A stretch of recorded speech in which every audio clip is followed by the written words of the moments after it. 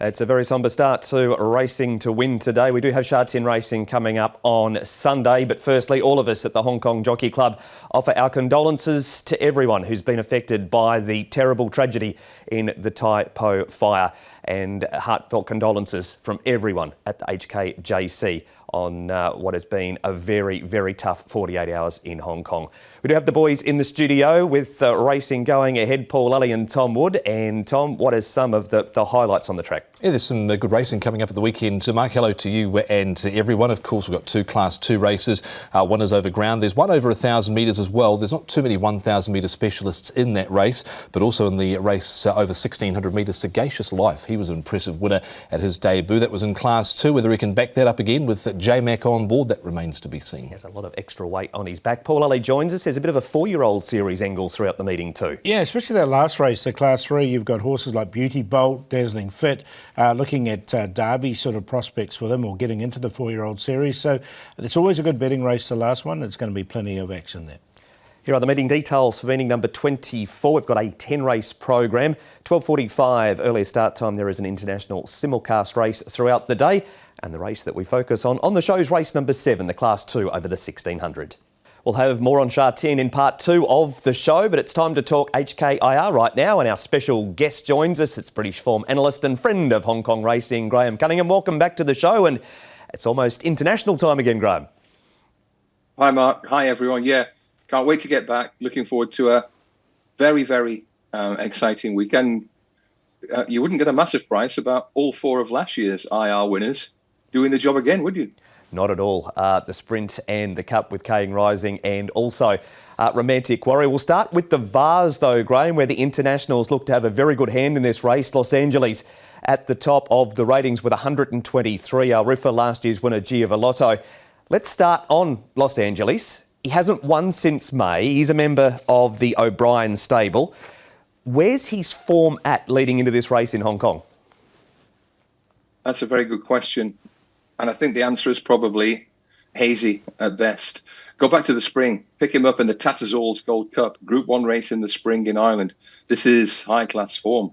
Horse in yellow has won a good race in Bahrain, Royal Champion. Horse on the outside in the blue, Anne Mart, ran 2 excellent races in Group 1 company. And in the Juddmonte Silks, Kalpana has excelled herself in a series of big races and signed off with a Group 1 win.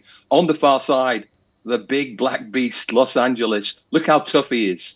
He's really hard, this horse. And this is the highest rating that any horse will bring to the Vase. There's always a but, chaps. There is a but here. His form has gone south since last time out. Yes, he was drawn wide in the Prix de l'Arc de Triomphe.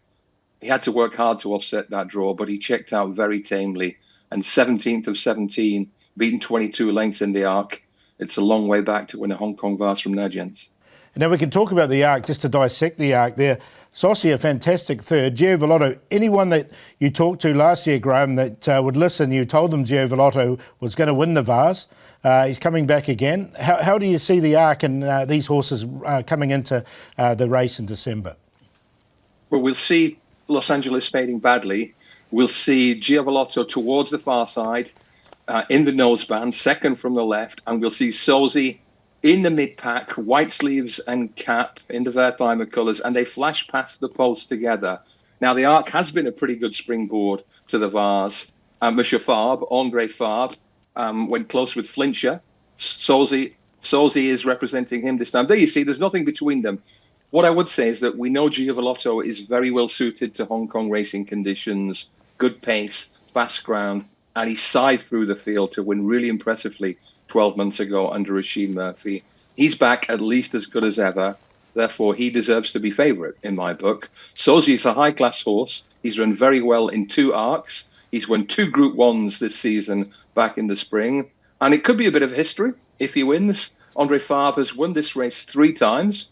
Andre Fabre is going into partnership with his daughter Lavinia at the end of this year. So this could be the last of 200 and odd Group 1 winners in Andre Fabre's name. And Paul and Mark, do not forget, Andre Fabre turns 80 on the 9th of December in IR week. So I want you to have a nice big cake, an HKJC cake ready with 80 candles on for one of the world's greatest trainers. We'll get the catering department switched on to that, Graham. Just to pause for us, you gave Giavolotto a massive rap. He has a new rider in the Vars this year. It's Andre Razzani.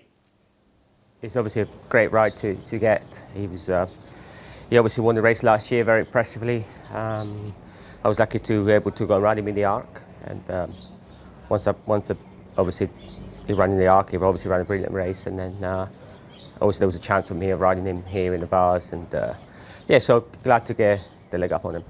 One final question for you. What would it mean to win a Group 1, an international Group 1 in Hong Kong? You've won them all around the world, but here at Sha Tin, what would that mean to you? To win a Group 1 in Hong Kong, that's sort of my next target, really. I was lucky to ride Group 1 winners in different countries, and Hong Kong gets missing, so let's hope we can get out of the way on the 14th of December. And that was Andre Razzani there. And another one we want to have a look at here, Graham, is Al Riffa. Now, wasn't a bad run in the Melbourne Cup. He was really punted on this day as well. A well-travelled horse. What's his credentials like here for Hong Kong? Strong. I'd be really surprised if he has run well. Great news story as well. His young rider, 22-year-old Dylan Brown McMonagle, wasn't chosen for the ride in the Melbourne Cup. Everything went wrong. He had a high draw, really high draw. The pace was tepid. He ended up in an impossible tactical position, but he keeps on coming. You pick him up on the outside, and he stays on better than anything to finish 7th. He was giving plenty of weight. He was giving between 5 and 18 pounds to the horses who beat him. So I thought Al Riffa emerged from the Melbourne Cup with plenty of credit. As with Aidan O'Brien, Joseph O'Brien has taken his stable star back to Ireland to give him a polish before the big trip to Hong Kong.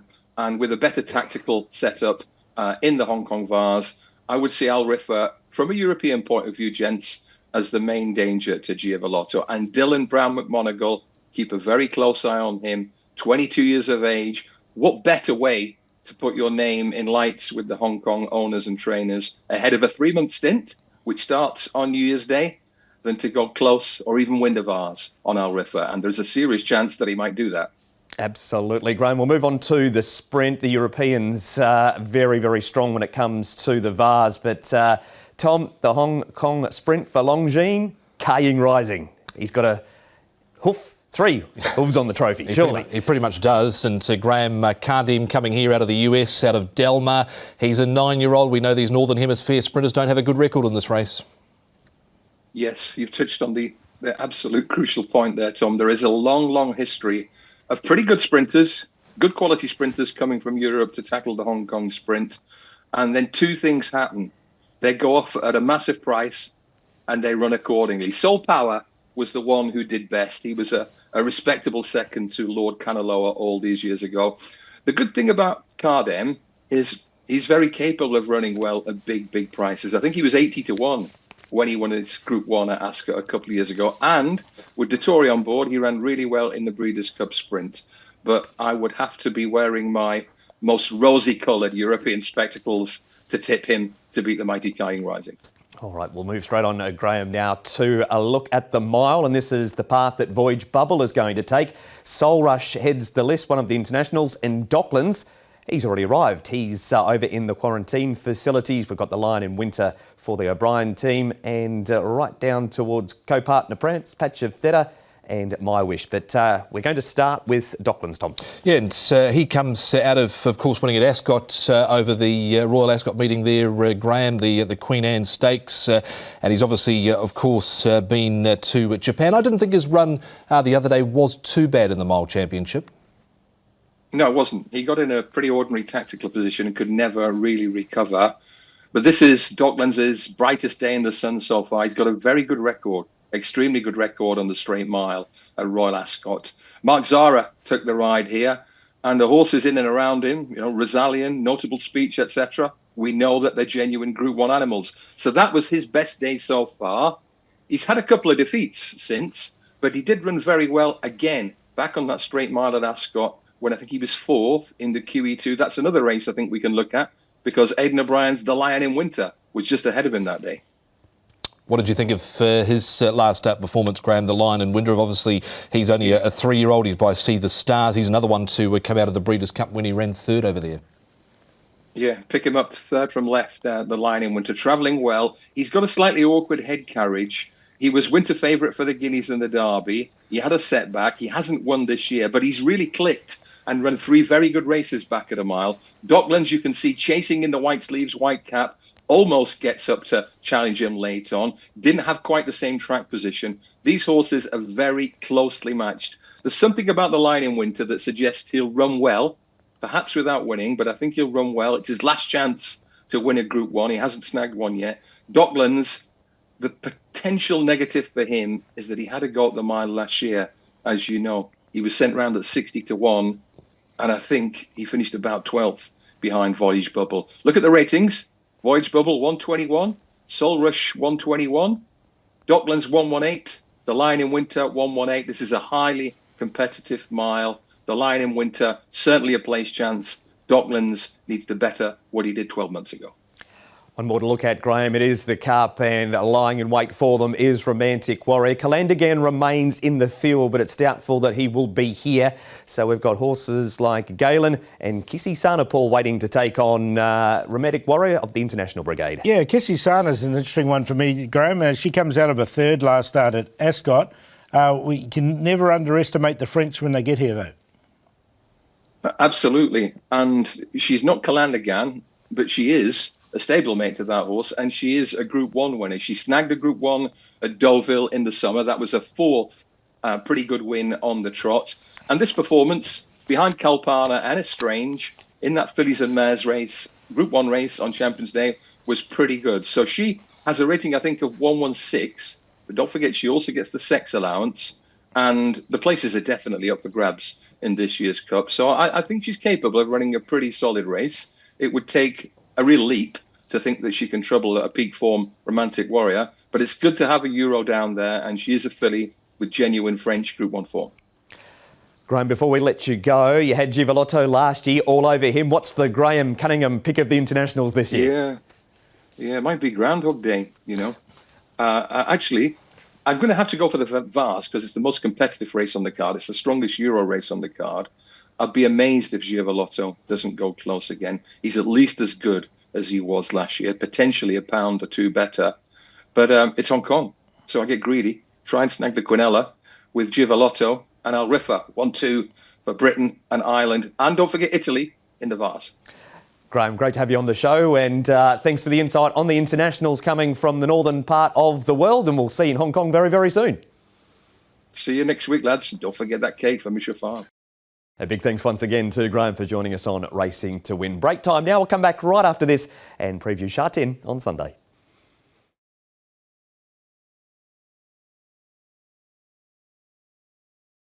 Welcome back to Racing to Win. Preview time for Sha Tin on Sunday now, and our focus race is race number 7, and this is over the 1600 metres and is a Class 2. Pray for Mir at the top of the books on the 7-day backup. Honglock Golf has had a trial since his last run. Sagacious Life, extra £15 on what he carried to win the Panasonic Cup. Lowrider's had a trial since his last run. Young Champion has the earplugs going on. Soleil Fighter's best form has been at Happy Valley.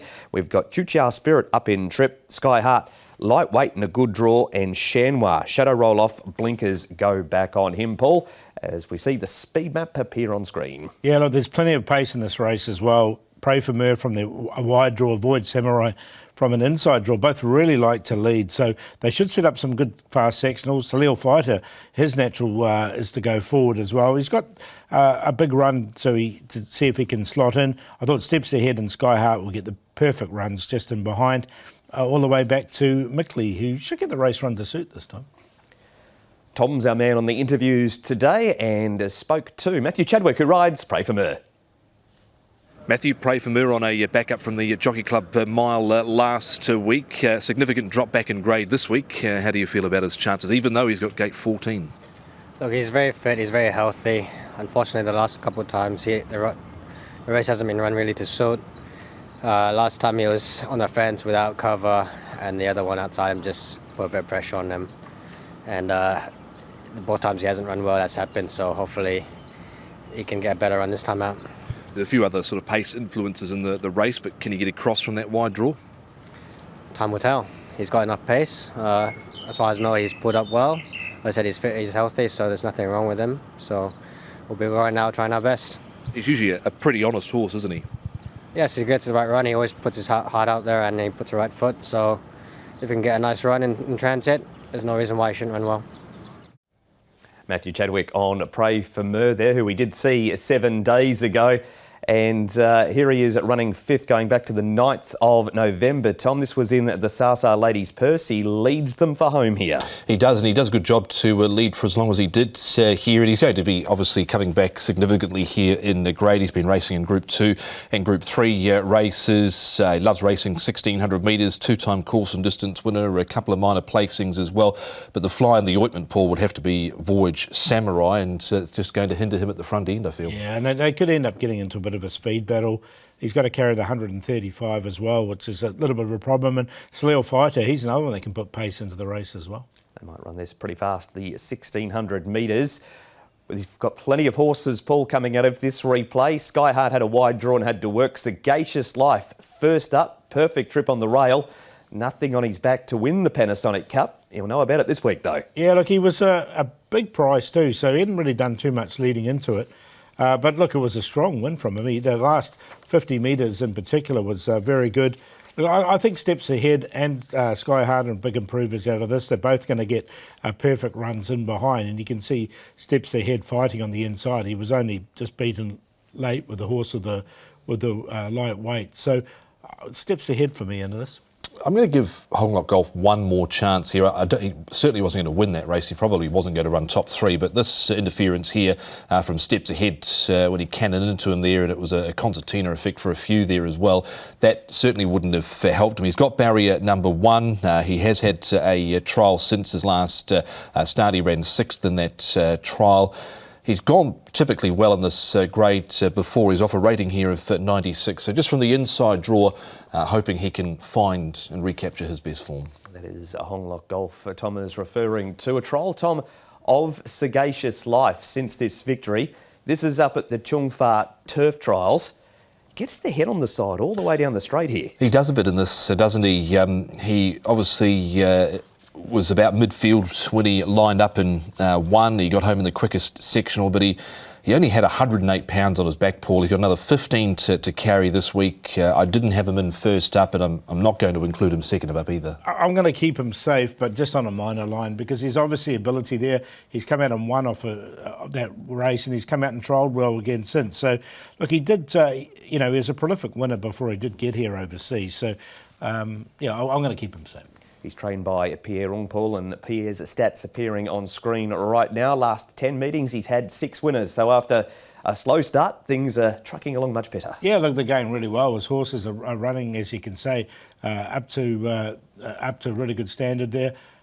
Look, I don't mind Majestic Valor as a first starter in that race on that page. The other horses have got chances. Yeah, Team Happy, Glaciated, they've certainly got runners' chances. Aurora Lady would ideally prefer him back at Happy Valley. Aurora Lady going around in race number 8. But yeah, I think there's a couple of chances. Of course, Galaxy Patch, his big winner last weekend. Absolutely, back to his best, winning the Group 2. Now here is a trial, Tom, from Honglock Golf down the 1,000-metre straight at Sha Tin. We know he never trials well, so what are you going to do? You're going to give him another chance, but on the trial. Yeah, I thought that, again, he's just sort of done what he normally does in a trial. Here you can see pushed out a bit, but that's sort of typical of him. But I think he's sort of probably at a crossroads, Paul, where he does need to front up and do something. Like, he hasn't been beaten too far in this trial. He's just a bit of a lazy worker. Yeah, look, he is, and that's well documented. He went from 52 up to 89, or up to 96 actually last season with all those wins. I'm not totally. I would like to see him do it at this sort of level, because he's got up in the ratings in a really quick way. We move on, Paul, to our next replay, which does feature Sky Heart, Soleil Fighter and Mr. Ascendancy. Soleil Fighter's best record is here at Happy Valley. Mr. Ascendancy has a wide draw, but Sky Heart gets him well at the weights and the barrier. Yeah, look, he's got this really good draw, Sky Heart. So, look, I think he's going to get his opportunity just in behind the pace. Look, he did set up some really quick sectionals when he won 3 starts ago. Then, from a wide draw, he didn't do too well at the start after, and then he's bounced back with this run. So maybe he's coming back to his best with the lightweight. Yeah, of course, he ran into Sagacious Life a couple of runs ago. Mr. Ascendancy just totally out of sorts at the moment. Plenty in this replay, Tom. This is on the 9th of November as well. Steps Ahead runs 50, gets a good draw also. Choo Spirit runs on like 1,600 metres would be ideal, but he doesn't have a terrific record at the trip. No, he doesn't. He's had 3 goes for 3 unplaced starts. Choo Spirit. Holly Doyle rather rides from gate number 2. Mickley made some minor inroads from the back end of the field. Shanwa didn't do a great deal, and the other one that's there as well is Young Champion. I'm not sure what to make of him, Paul. He's a real Jekyll and Hyde character. Yeah, no, he definitely is. Look, Steps Ahead drew 13 there, drew 10 the start before. He's got a lot better draw in this race. Young Champion, here's his trial, Paul. He actually led in this trial up at Cheong Fa, but do you think this one's maybe a watch and see what he can do in front until the fields came out and you get Pray for Mer and other horses like Voyage Samurai in the race? Yeah, look, he took a few starts to win at the back end of, at the start of last season. He had about 7 or 8 runs.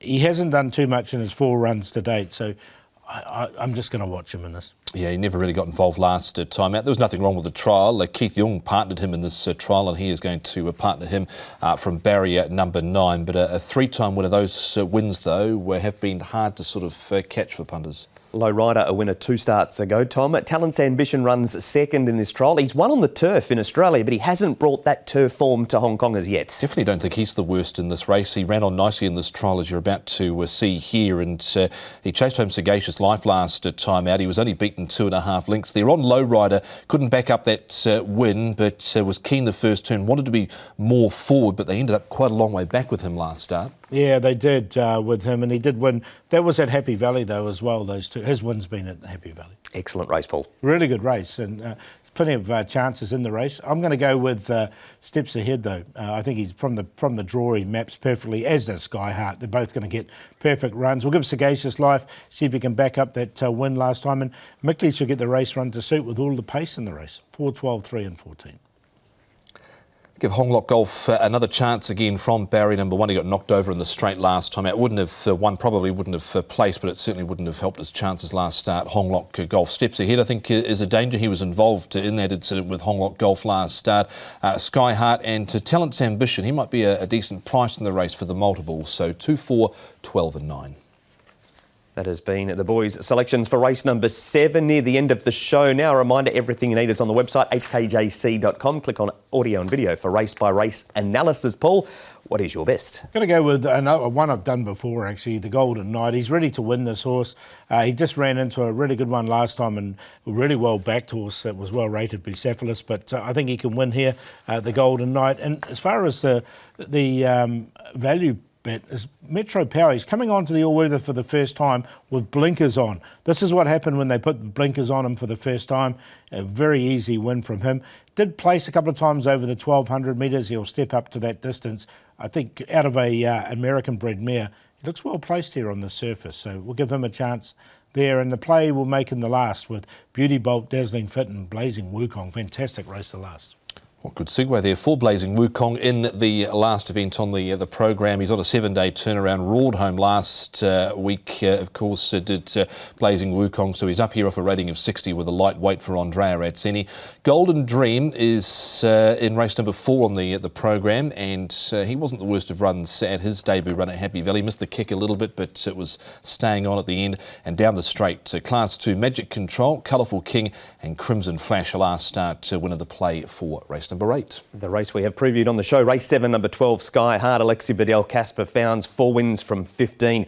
Barry number 3, he does have good early speed too, so can position up where Alexi likes. Race 9, number 9, Tower Gather, not too much wrong with his debut, and he was held up at the earlier part of the home straight. And the play, race 7, Honglok Golf, Steps Ahead and Sky Heart 2, 4, 12 in a QQP. End of the show is not too far away. Before we go, though, it's time to bring up the diary about what is upcoming after Sunday. Tom, we're back at Happy Valley on Wednesday night. Next time we roll that graphic up, it'll be IJC night. Certainly will be, just around the corner here in Hong Kong. So Happy Valley Wednesday night and then back to Sha Tin. Just note Happy Valley Wednesday night is an 8-race card, so just the one less race, Paul. Yeah, later start with 2 Class 3s on Wednesday night. We do indeed. That has been Racing to Win on behalf of the boys, both Paul and Tom. Thank you for joining us. A reminder, we've got the 10 races coming up at Sha Tin on Sunday. It's an earlier start time, 12:45, due to the international simulcast race. But from the team at Racing to Win, It is bye-bye.